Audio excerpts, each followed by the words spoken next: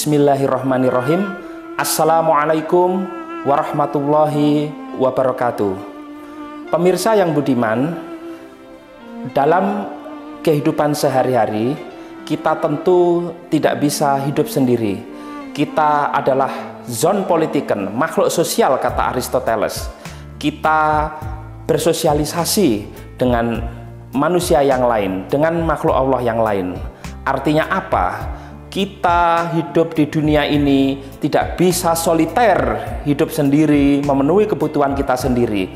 Nah, oleh karena itu, dalam hidup ini, agar kita bisa menjalankan aktivitas secara harmoni, secara bekerja sama antara satu dengan yang lain, tentu membutuhkan sesuatu kenyamanan begitu. Nah, salah satu indikator penting untuk kenyamanan dan harmoni dalam kehidupan itu adalah kita pentingnya menjaga lisan dan ucapan kita kepada teman kita mungkin, kemudian juga kepada keluarga kita, kepada siapapun yang kita temui, bahkan yang tidak kita temui. Karena ucapan atau lisan itu ketika kita tidak bisa menjaga, apalagi berkata yang baik, kemudian berkata yang tidak baik, menyinggung perasaan orang, kemudian juga membuat orang lain sakit hati kepada kita, ini sesungguhnya sangat bahaya sekali pemirsa. Dalam Islam, Allah Subhanahu wa taala berfirman dalam surat Qaf ayat 18, Bismillahirrahmanirrahim, ma yalfidu min qaulin illa ladaihi raqibun wa atidun, bahwa tiada suatu ucapan, tiada suatu perkataan yang kita ucapkan, yang kita katakan, bahwa ada dua malaikat di samping kita, yaitu malaikat raqib pencatat amal kebaikan dan malaikat atid pencatat amal kejelekan. Bahkan lidah yang tidak bertulang ini pemirsa, ketika kita mengucapkan kata-kata yang tidak baik, menyinggung perasaan orang, menusuk perasaan orang, itu tajamnya melebihi pedang begitu. Nah, hendaknya kita ini selalu berkata yang baik dan menghindari perkataan yang tidak baik, sebagaimana sabda Nabi Muhammad SAW Rasulullah, bahwa mangkana yu'minu billahi wal yaumil akhir falyakul khairan aw liyasmut.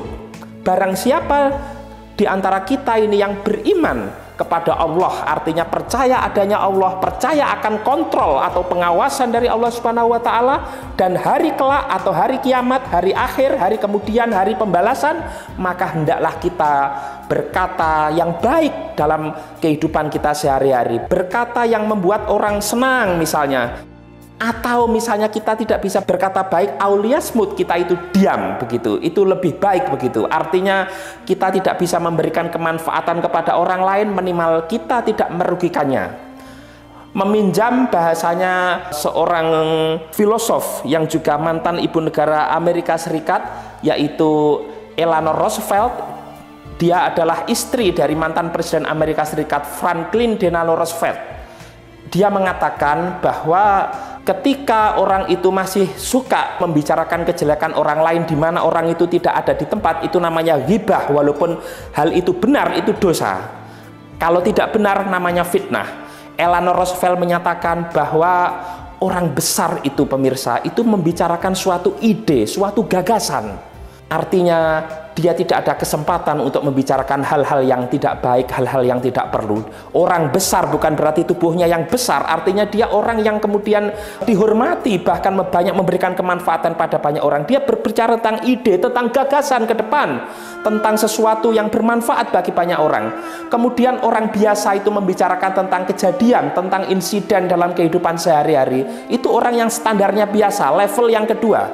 Kemudian yang level paling bawah, level paling rendah adalah orang yang membicarakan kejelekan orang lain, aib orang lain begitu. Dalam bahasa Al-Quran disebut dengan ghibah begitu. Kemudian juga dalam bahasa Jawa itu disebut dengan ngerasani pemirsa. Nah, oleh karena itu ucapan dan lisan ini penting agar untuk kita jaga. Karena ucapan lisan ini, apalagi di bulan suci Ramadan, ketika kita tidak bisa menjaga, maka itu akan mengurangi pahala puasa kita, bahkan bisa menghapus daripada pahala puasa kita.